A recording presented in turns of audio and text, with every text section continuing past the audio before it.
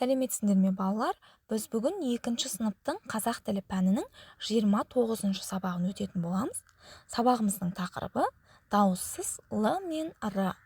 Балалар, біз бұл сабақта л және р әріптерінің емлесін сақтап жазатын боламыз. Және дерек көздерден мәлімет табуды үйренетін боламыз. Балалар, олай болса, сабағымызға кіріспес бұрын менің каналыма тіркеліп, видеоға лайк басып қойыңдар.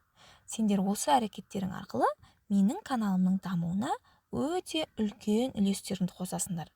Ендеше 44-ші жаттығуға назар аударайық. Өлеңді жатқа жаз. Өлеңнің тақырыбы балалар рауан. Рауан сәуле таңғы нұр, рақатқа бөлер жанды бұл. Рауанда батқан ақ таңдар, ризық сыйла сәл кідір. Балалар, енді тапсырмаға назар аударайық. Р дыбысынан басталған сөздердің астын сыз, олардың айтылуы мен жазылуын салыстыр. Балалар, бұл жерде рауан деген сөзіміз р әрпінен басталған, рақатқа, рауандап, ризық деген сөздер р әрпінен басталған екен. Олардың айтылуы мен жазылуының айырмашылығын салыстыруымыз керек. Балалар, біз өткен 28-ші сабақта жаңа ережемен танысқан болатынбыз. Осы л мен р әріптеріне қатысты. Ол ережеде р және л әріптерінен басталатын сөздерде айтқан кезде немесе әріптері естіледі, бірақ олар жазылмайды. Демек, біз кез келген р немесе л немесе р деген әріптерден басталатын сөздерді айтқан кезде бізге ең бірінші немесе деген әріптер естіледі. Бірақ жазған кезде біз ні жазбаймыз, бірден лдан немесе рдан басталатын сөздерімізді жазып кете береміз. Мысалы, раушан немесе райхан деген сөздер р деген әріппен басталады. Яғни, раушан, райхан деген кезде, айтқан кезде бұл сөздердің басында деген әріп естіледі. Бірақ жазған кезде ол жазылмайды екен. Немесе лдан келетін лашын, лебіз деген сөздерде де айтқан кезде, мысалы, лашын деген кезде ең бірінші естіледі. Лебіз деген кезде сөздегі дауысты дыбыстар жіңішке болғандықтан, ол жерде деген жіңішке дауысты дыбыс естіледі. Сол себепті бірақ та олар естілгенімен жазылмайды екен. Яғни бұл жерде де дәл сондай. Рауан, рақатқа, рауандап, ризық деген сөздерді айтқан кезде біз деген әріпті естиді екенбіз, бірақ жазбайды екенбіз. Мінекей, бұлардың айтылуы мен жазылуының ерекшелігі сода екен. Енді рауан, рақат, ризық сөздерінің мағынасын түсіндірме сөздіктен тауып біліп ал дейді. Балалар, олай болса, 124-ші бетте осы кітаптың соңғы жағында қиын сөздерге арналған түсіндірме сөздік бар. Сол жерден осы айтылған 3 сөздің мағынасын іздеп тауып аламыз. Ол жерде алфавит бойынша жазылған, яғни рдан келетін сөздердің барлығына анықтама беріп қойған. Соны көріп, өздерің біліп алыңдар, жарай ма? Енді 45-ші жаттығуға назар аударайық. Бұлтта берілген сөздердің бір әрпін өзгерту арқылы л әрпінен басталатын сөздер жасап жаз дейді. Міне, балалар, бұл жерде жайық, бақ, бас, тайым, кезде, тай деген сөздер берілген екен. Яғни біз бұл жердегі сөздердің бір әрпін өзгерту арқылы л әрпінен басталатын сөздер жасап жаз дейді. Енді біз жайық деген сөздің ең басындағы әрпін лға өзгертейік. Жайық сөзін лға өзгертетін болсақ, лайық болады. Бақ деген сөзде бұның орнына лны қоятын болсақ, лақ деген сөз шығады. Лақ деген не?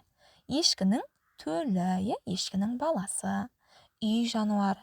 Енді үшінші сөз бас. Бас деген сөзге сөздегі б әрпінің орнына л әрпін қойсақ, лас. Лас дегеніміз не, балалар? Кір деген сөз. Тайым.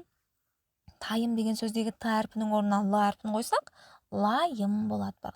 Лайым деген әрқашан жақсы болсын, лайым жақсылық болсын деген кездерде қолданатын сөз. Келесі кезде. Кезде деген сөзді біз лезде деп ауыстырамыз. Лезде деген тез деген мағынаны білдіреді. Және тай сөзін лға ауыстыратын болсақ, т әрпін лай деген сөз шығады. лай дегеніміз балшық, иә. Енді біз сөздердің басындағы әріптердің барлығына л әрпін қойып сөздер жасадық. Енді тапсырмада берілгендей осы сөздерді дәптерімізге көшіреміз, балалар. Енді бұл жаттығуды орындап болғанша видеоны тоқтатып қойыңдар, балалар. Содан кейін видеоны қайтадан қосып 46-шы жаттығуды орындайтын боламыз. Балалар, көшіріп болсақ, 46-шы жаттығуға назар аударайық. Оқы, орны ауыстырылып берілген бөліктерден мәтін құрастыр дейді. Балалар, ендеше бұл жерде 3 түрлі мәтін берілген екен. 3 түрлі бөлік берілген екен. Ендеше балалар, бірінші бөлікке назар аударайық. Жазғы демалыс кезі біз жүгерінің арамшөбін отап жүредік. Кенет күн бұлттанып, лезде жаңбыр құйып кетті. Одан кейінгі бөлік кетпенді тастап қашыңдар деп дауыстадым. Ал үшінші бөлік жұрт паналар жер таппаған соң кетпен күректерін төбелеріне тосты. Мұны көріп, металдың жай тартатыны есіме түсе кетті. Мінекей балалар, бұл жерде бір мәтін берілген, бірақ та бұл мәтіннің бөліктері ауысып кеткен, орындар ауысып кеткен, иә.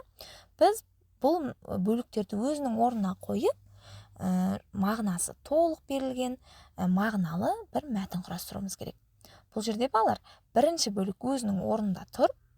Бұл жерде екінші бөлік пен үшінші бөліктің орны ауысып кеткен. Яғни біз екінші бөлікті үшінші бөліктің орнына жазамыз, ал үшінші бөлікті екінші бөліктің орнына жазатын боламыз. Сол кезде мынандай мәтін пайда болады. Жазғы демалыс кезі біз жүгерінің арамшөбін отап жүредік. Кенет күн бұлттанып, лезде жаңбыр құйып кетті. Жұрт паналар жер таппаған соң кетпен күректерін төбелеріне тосты. Мұны көріп, металдың жай тартатыны есіме түсе кетті. Кетпенді тастап қашыңдар деп дауыстадым. Мінекей, осындай мәтін пайда болды. Балалар, бұл жерде сұрақтарға назар аударатын болсақ, мәтін не туралы дейді? Бұл жерде мәтін балалар жазғы демалыс кезінде жүгерінің арамшөбін шұлып жүреді. Яғни отап дегеніміз шұлып деген сөз, немесе шауып жүреді. Кенет күн бұлттанып, лезде жаңбыр құйып кетеді. Балалар, лезде деген сөздің мағынасын жаңа айтқан болатын. Демде, тез деген мағынаны білдіреді. Яғни күн бұлттанып, бірден артынан жаңбыр құйып кетеді. Жұрт паналар жер таппаған соң кетпен күректерін төбелеріне тосады. Мұны көріп, металдың жай тартатыны есіме түсе кетті дейді. Балалар, кетпен, күрек барлығы да металдан жасалады. Метал дегеніміз, яғни темір, темірден жасалады. Жай тартатыны есіме түсе кетті деген сөз, балалар, жай дегеніміз найзағайдың екінші атауы, яғни синоним сөздер. Найзағай дегеніміз жаңбыр жауғанда, күн күркіреген кезде пайда болатын аспандағы жарқылы, найзағай жарқылы деп жатамыз. Яғни металл найзағай тартады екен. Егерде адамға найзағай түссе, адам өте қиын жағдайға тап болады. Тіпті өліп кетуі де мүмкін, балалар. Яғни соны көріп, кетпендеріңді тастап қашыңдар деп айқайлаған екен. Келесі сұрақ, мәтіннен л дыбысынан басталатын сөзді тап дейді. Балалар, бұл жерде л деген дыбыстан басталатын сөз ең бірінші міне лезде. Және де төмендегі мәтіннен іздеп қарайтын болсақ, мәтіннің төменгі жағынан бұл жерде л-дан басталатын сөз жоқ екен. Енді 47-ші жаттығуға назар аударайық. Ребусты шешуіндегі гүлді сипаттап жаз дейді балалар. Балалар, бұл жерде бізге ара, оқ және шананың суреттері берілген екен. Яғни бұл жерде біз ара сөзіндегі ра деген екі дыбысты әріпті аламыз. Оқ сөзіндегі у дыбысын ғана аламыз. Одан кейін шана сөзіндегі шан деген 3 әріпті ғана аламыз. Сол кезде рау, шан деген сөз пайда болады екен, балалар.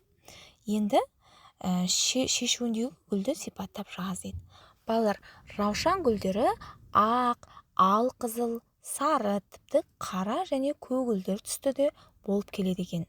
Және де басқа гүлдер сияқты күлтелері, тостаған жасы, сабағы және жапырақтары болады екен. Сонымен қатар раушан гүлдің тікені де болады екен. Раушан гүлін ұстағанда абайлап, байқап ұстауымыз керек екен, балалар. Және де раушан гүлі гүлдердің патшайымы болып саналады екен. Ол әлемдегі ең әдемі гүлдердің бірі болып саналады екен, балалар. сонымен қатар раушан гүлінің мұрын жарарлықтай хош иісі болады екен балалар, иә. Ендеше бүгінгі біздің 29-шы сабағымыз аяқталды. Сендерді 30-шы сабақта асыға күтетін боламын балалар. Келесі сабақта кездескенше.